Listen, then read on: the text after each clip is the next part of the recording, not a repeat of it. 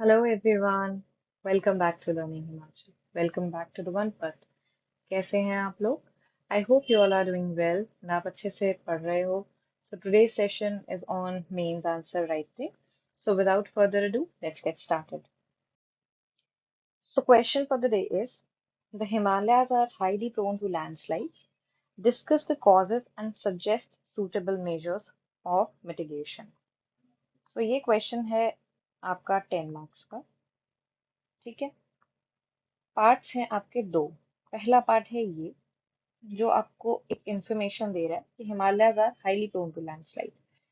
Second portion is discuss the causes and suggest suitable measures of mitigation. अब यहाँ पे keywords क्या क्या हैं उन पे ध्यान देंगे. हिमालयाज के बारे में बात हो रही है. ये बताया जा रहा है कि they are highly prone to the landslide. ये एक पोर्शन हो गया, ठीक है. हमें पूछा गया है कॉजेस किस चीज के, इस लैंडस्लाइड के. क्यों हिमालयाज प्रोन है लैंडस्लाइड के लिए, उस इसके कॉजेस बताओ और सजेस्ट करो कि क्या क्या किया जा सकता है इस चीज को मिटिगेट करने के लिए. ठीक है. क्वेश्चन को क्या करना है, 2 से 3 बार पढ़ना है. फिर से पढ़ते हैं. Himalayas are highly prone to landslides. Discuss the causes and suggest suitable measures of mitigation. Pause the video, 2-3 minute सोचो, अच्छे से ब्रेनस्टॉर्म करो एंड देन आगे का वीडियो देखो. चलो, आई होप आप लोगों ने ब्रेनस्टॉर्म कर लिया होगा एक शीट पे. अगर नहीं किया है तो मेरे साथ दोबारा कर सकते हैं, ठीक है. हमने क्या क्या करना है, हमने इंट्रो के बारे में लिखना है, हमने एक बॉडी बनानी है और हमने एक कंक्लूजन सेट करना है अपने आंसर के लिए, ठीक है. इन तीनों के अराउंड हमारा पूरा आंसर घूमेगा, ठीक है. क्वेश्चन में हमें बात करी गई थी दो इंपॉर्टेंट चीजों की, that was Himalaya, second was landslide. तो बेटर कि जो हमारा इंट्रोडक्शन हो वो इन दोनों के अराउंड हो. आप हिमालयाज को लेके कुछ कुछ लिख सकते हो कि हिमालयाज में लैंडस्लाइड्स का डेटा क्या है वो कोट कर सकते हो, ठीक है. या फिर आप सिंपल एंड स्ट्रेट फॉरवर्ड आप लैंडस्लाइड का डेफिनेशन लिख सकते हो, ठीक है. ये आ गया आपका इंट्रोडक्शन. डन. फिर आते हैं बॉडी पे. बॉडी पे आते हैं तो बॉडी पे कैसे सोचेंगे कि क्या हो रहा है, क्यों इतना लैंडस्लाइड हो रहा है. एक काम करो, हिमालयाज को भूल जाओ. हिमाचल के हैं हम, हिमाचल के बारे में बात करते हैं. हिमाचल में लैंडस्लाइड्स क्यों होती हैं, व्हाट आर द रीजंस. सोचो, कब आपको सबसे ज्यादा लैंडस्लाइड सुनने को मिलता है कि लैंडस्लाइड हो गई. यस, रेनफॉल्स के टाइम. तो एक रीजन रेनफॉल हो गया. अच्छा, और रेनफॉल का थोड़ा सिवियर वर्जन, क्लाउड बर्स्ट जब हमें देखने को मिलते हैं. डन. अच्छा, और अर्थक्वेक्स, सिस्मिक एक्टिविटीज. और और क्या लगता है आपको, डिफॉरेस्टेशन. Very good. और लैंडस्लाइड का क्या रीजन हो सकता है. ये तो सारे नेचुरल फैक्टर्स बताए हमने. ह्यूमंस नहीं इन्वॉल्व हैं क्या, एंथ्रोपोजेनिक फैक्टर्स भी होंगे. क्या क्या हो सकते हैं. अर्बनाइजेशन कर रहे हैं हम लोग, उसकी वजह से लैंडस्लाइड्स बढ़ रहे हैं. इंफ्रास्ट्रक्चर्स बना रहे हैं, डैम्स बन रहे हैं, बिल्डिंग्स बन रही हैं, है ना. अच्छा, और क्या हो सकता है. ये सब, ये दोनों क्या आ गए, एंथ्रोपोजेनिक फैक्टर्स, ठीक. इसके अलावा क्लाइमेट चेंज की वजह से भी हो रहा है. ये सब आ गया आपका बॉडी के पोर्शन में. अब मुझे बताओ, जब आप एक 10 मार्कर में आंसर लिख रहे हो उसमें भी ये सिर्फ एक पोर्शन है, ये है कॉजेस. आपको क्या क्या पूछा है, आपको पूछा है कॉजेस, आपको पूछे हैं मेजर्स. अभी तो हमने क्या लिखे, सिर्फ हमने सिर्फ कॉजेस लिखे हैं. मुझे बताओ, क्या कॉजेस से आप कम भी छोड़ो, आप 10 नंबर का क्वेश्चन नहीं बना सकते, आंसर नहीं बना सकते क्या इन पॉइंट से. इनको एक्सप्लेन करो, थोड़ा थोड़ा डेटा कोट करो. इन्हीं को एक्सप्लेन कर दोगे, आपका एक बहुत अच्छा आंसर 10 मार्कर सिर्फ कॉजेज कॉजेज पे बन जाएगा. अभी तो सिर्फ हमने ये एक पोर्शन लिखना है 10 मार्क में, मतलब हार्डली आपको 5 मार्क्स का लिखना है. नहीं बनेंगे क्या पॉइंट्स. अच्छा, ये हो गए कॉजेज. अच्छा, अब आ जाते हैं मेजर्स पे. मेजर्स में क्या क्या है, क्या क्या मेजर्स हो सकते हैं आपके हिसाब से. इन्हीं का उल्टा कर दो. डिफॉरेस्टेशन लिखा है तो एफॉरेस्टेशन लिख दो, ठीक है.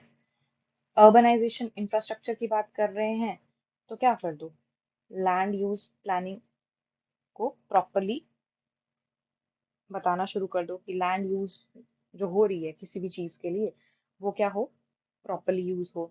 अच्छा और क्या हो सकता है, सोचो। अगर हम लोगों को बता दें कि जो लैंडस्लाइड प्रोन है वहां पर ना घर बनाने हैं, ना वहां पे उस एरिया में कोई कंस्ट्रक्शन होनी चाहिए, तो क्या होगा, प्रिवेंट नहीं होंगी क्या लैंडस्लाइड्स? लैंडस्लाइड से जो मिटिगेशन, लैंडस्लाइड से जो डैमेज हो रहा है क्या वो मिटिगेट नहीं हो जाएगा? हमसे क्या पूछा है, मिटिगेट करने के मेजर्स ना। एफॉरेस्टेशन कर दो, रीफॉरेस्टेशन कर दो, ठीक है, अवेयरनेस फैलाओ, और इररेलेवेंट इलीगल इंफ्रास्ट्रक्चर बिल्डिंग बंद कर दो। मेजर्स आ गए ये आपके, ठीक है। चलो अब हम अपना मॉडल आंसर देखते हैं कि मॉडल आंसर कैसा है। Okay, so this is your model answer. A landslide refers to mass movement of materials such as rocks, muds, or debris. According to Geological Survey of India, approximately 12.6% of the country's geographical land area is prone to the landslide. क्या किया है इन्होंने, हमने यही बात करी थी ना कि आप लैंडस्लाइड को डिफाइन कर दो, क्या बन जाएगा, एक अच्छा इंट्रोडक्शन बन जाएगा। थोड़ा सा डेटा कोट कर दो हिमालय से रिलेटेड, तो आपको आपका और अच्छा आंसर निकल के आएगा, ठीक है। अब आ जाते हैं सेकंड पोर्शन पे, that was causes of the landslide in Himalaya. इसने क्या दिया है, इसने थोड़ा वेल फ्रेम्ड आंसर दिया है। इसने जियोलॉजिकल फैक्टर्स बताए हैं, फिर टोपोलॉजिकल फैक्टर्स बताए हैं, फिर उसके बाद एंथ्रोपोजेनिक फैक्टर्स बताए हैं, then glacial retreat and climate change के बारे में बताया। जियोलॉजिकल फैक्टर्स में इसने क्या बताया कि young fold mountains with fractured rock strata, ongoing tectonic activities due to Indian plates collision with Eurasian plate, इन सब चीजों की वजह से क्या हो रहा है, हिमालयाज में लैंडस्लाइड्स हो रही है, ठीक है। और क्या बोल रहा है ये, टोपोग्राफिकल एंड क्लाइमेटिक फैक्टर्स। क्या है टोपोग्राफिक फैक्टर्स, एक तो स्टीप स्लोप्स हैं तो वैसे ही क्या हो जाती है, लैंडस्लाइड बढ़ जाती है। नैरो वैलीज हैं, लैंडस्लाइड बढ़ाएंगी। इंटेंस रेनफॉल है वो भी बढ़ाएगा, क्लाउड बर्स्ट है वो भी बढ़ाएगा। एग्जाम्पल दे दिया केदारनाथ 2013 ट्रेजेडी का। सेस्मिक एक्टिविटीज ट्रिगर करती हैं स्लोप फेलियर को। इसने थोड़ा सा इसी में ही क्या कर दिया, आपका सेस्मिक एक्टिविटीज को भी डाल दिया, इंटेंस रेनफॉल को भी डाल दिया, क्लाउड बर्स्ट को भी डाल दिया, एंड स्टीप स्लोप्स को भी डाल दिया, ठीक है। फिर आ जाते हैं एंथ्रोपोजेनिक फैक्टर्स पे। Unplanned road construction, urbanization, deforestation and slope destabilization, unregulated tourism and hydro power projects, ये सब क्या आ गए एंथ्रोपोजेनिक फैक्टर में। यहाँ देखो एक हमें एक इंटरेस्टिंग, बाकी तो हमने सब देख ही लिया था, सोच ही लिया था, एक चीज जो इसने और ऐड करी वो अनरेगुलेटेड टूरिज्म। इसके बारे में तो हमने सोचा ही नहीं, it can form a very good point in your answer, ठीक है। देन ग्लेशियल रिट्रीट पे एंड क्लाइमेट चेंज पे आते हैं। Formation of glacial lake, increasing chances of glacial lake outburst floods, increased freeze thaw cycles weakening the rock structure, ठीक है। क्या ये ऑलमोस्ट वही नहीं है जो हमने पीछे सोचा था, जो हमने ब्रेनस्टॉर्म करके हिमालयाज को ना इमेजिन करके सिर्फ हिमाचल हिमाचल को जब फोकस में रखा, तब भी क्या हम इन सब चीजों पे नहीं पहुंच गए थे? यही सब बातें तो ये दोबारा कर रहा है। यहाँ पे हमें कुछ कुछ चीजें जो नई मिली वो क्या थी, एक तो अनरेगुलेटेड टूरिज्म, दूसरा हमें क्या मिला, ये ग्लेशियल लेक आउटबर्स्ट।